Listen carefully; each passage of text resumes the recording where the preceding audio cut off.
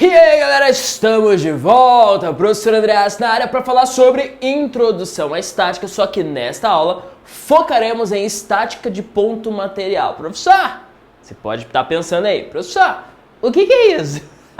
Eu já te explico, fica aí, pega a tua canetinha e vem comigo. Estática de ponto material é o seguinte, ó, todo objeto ele pode ser considerado ou um ponto material ou um corpo extenso. Tá? Das duas, qualquer objeto pode ser considerado ou ponto material ou corpo extenso. No caso assim, um exemplo. Quando as dimensões do objeto elas interferem na questão, ela é um corpo extenso. Quando quando as dimensões do objeto não interferem na questão, ela é um ponto material. Então, de novo, quando as dimensões do objeto interferem na questão, ela é um corpo extenso. Não vamos estudar nessa aula agora. Quando as dimensões não interferem, ela é um ponto material. Exemplo, um carro. Um carro, quando você vai viajar, sei lá, de São Paulo até Paraíba, João Pessoa, lá o ponto mais leste das Américas. Quando você vai viajar de São Paulo para Paraíba, a dimensão do carro não me interessa. Quando se calcula a velocidade média, quanto tempo eu levo para chegar lá, não sei o que lá. A dimensão do carro não vai ser indiferente. Faz sentido? Agora, neste caso, o carro é um ponto material. Agora, quando eu tenho um carro e eu tenho que tirar ele da garagem, as dimensões dele sim interferem na questão, né? Se for um carro maiorzão, tal, se for um carro menorzinho, eu tenho que tomar cuidado para não bater ali no portão, enfim. Então, o carro vai ser um corpo extenso quando eu estou tirando ele da garagem. Só que quando eu estou viajando lá para Paraíba, no caso, daí ele vai ser um ponto material. Então, o mesmo objeto pode ser um ou pode ser outro, depende da questão. O que a gente vai estudar aqui? Só pontos materiais, tá? Só pontos materiais é quando a dimensão do objeto não interfere na questão. Sucesso? E é muito simples, porque a gente vai estudar estática. Estática quer dizer o quê, povo? Alguma coisa que está estática, professor, estático, está parado. Exatamente, está parado. Então, estático está parado. Se está parado, você já sabe, eu sei, que você sabe, que você sabe, que eu sei, que você sabe, que é o seguinte, força resultante tem que ser igual a zero. Se um corpo está parado, quer dizer que força resultante tem que ser igual a zero. E acabou. A teoria acabou, tá ali escrita no quadro para você. Professor, você tá de brincadeira comigo. Não tô, cara, é só aquilo ali mesmo. Escreve aí, introdução à estática, ponto material. Força resultante igual a zero. Escreve aí nesse, acabou. Então, todas as questões que a gente for resolver é isso. Força resultante tem que ser igual a zero.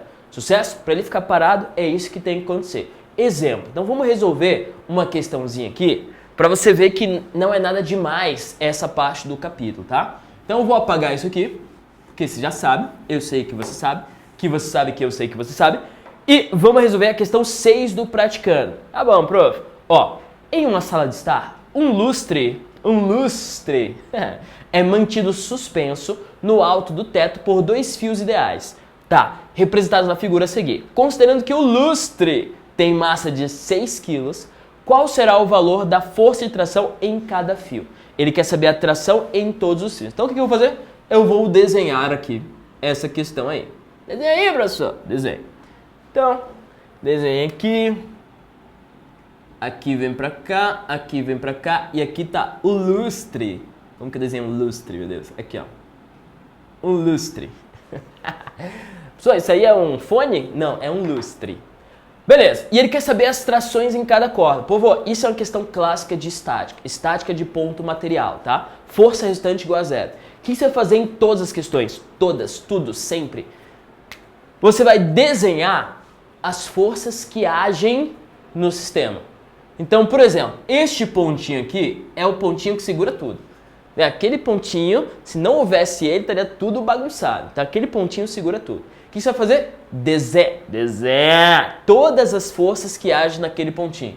Professor, oi, tem o peso aqui, ó, o peso do lustre, o peso do lustre.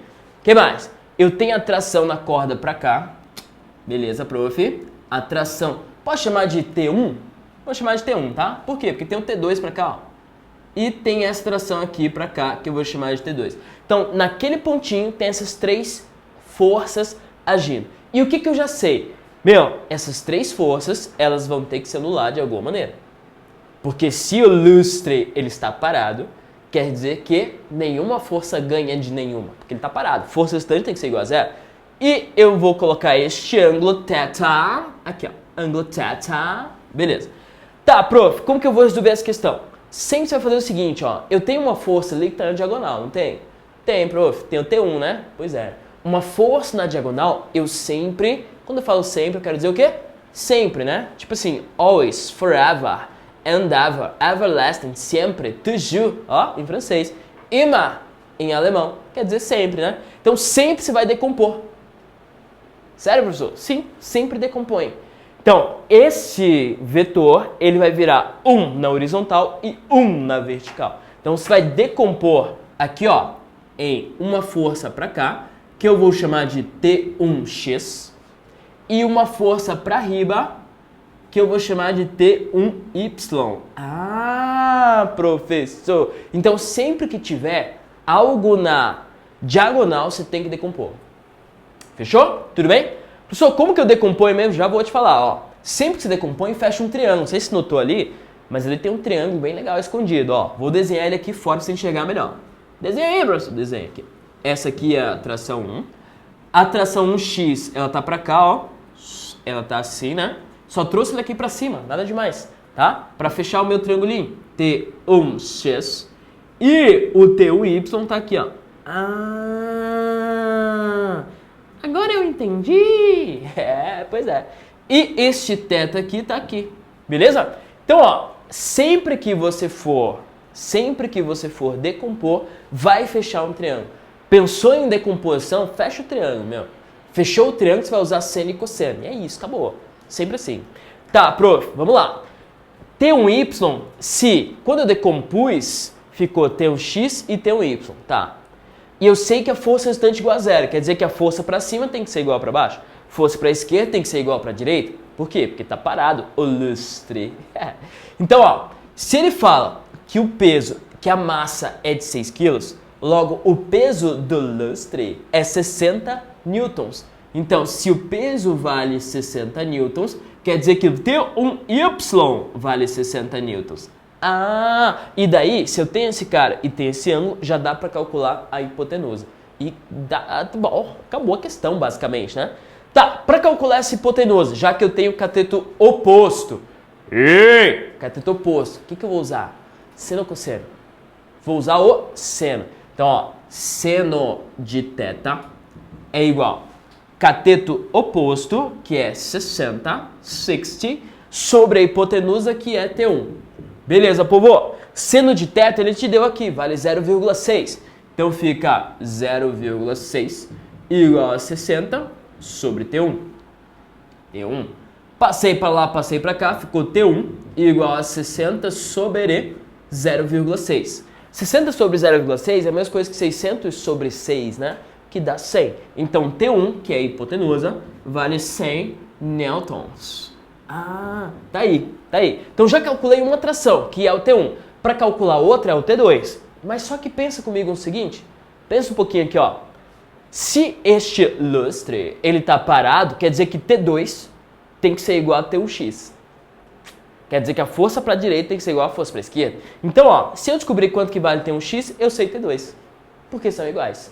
Sucesso? E para descobrir T1x, já que eu já tenho a hipotenusa, eu vou usar o cateto adjacente. E o cateto adjacente é cosseno, tá? Então, cosseno de θ é igual a cateto adjacente, que é T1x, T1x, sobre a hipotenusa, que é T1, que eu já calculei, que dá 100. Daí fica cosseno de θ é 0,8. Fica 0,8 é igual a T1x igual a 100.